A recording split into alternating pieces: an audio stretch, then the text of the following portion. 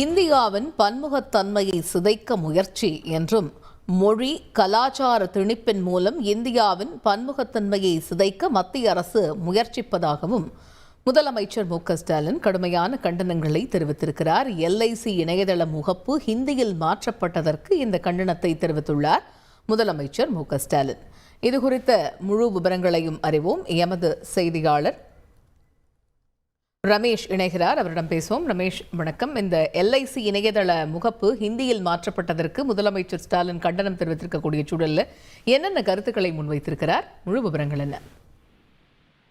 வணக்கம். அதாவது எல்ஐசியின் இணையதள பக்கம் ஹிந்தி மொழிக்கு மாற்றப்பட்டதற்கு முதலமைச்சர் திரு மு.க.ஸ்டாலின் கண்டனம் தெரிவித்திருக்கிறார். முதலமைச்சர் வெளியிட்டிருக்கக்கூடிய சமூக வலைதளங்கள்ல பல்வேறு விஷயங்களை குறிப்பிட்டிருக்கிறார். குறிப்பாக மத்திய அரசின் காப்பீடு நிறுவனமான எல்ஐசி இணையதளத்தின் முகதள பக்கம் என்பது ஹிந்தியில் இன்று காலை மாற்றப்பட்டது.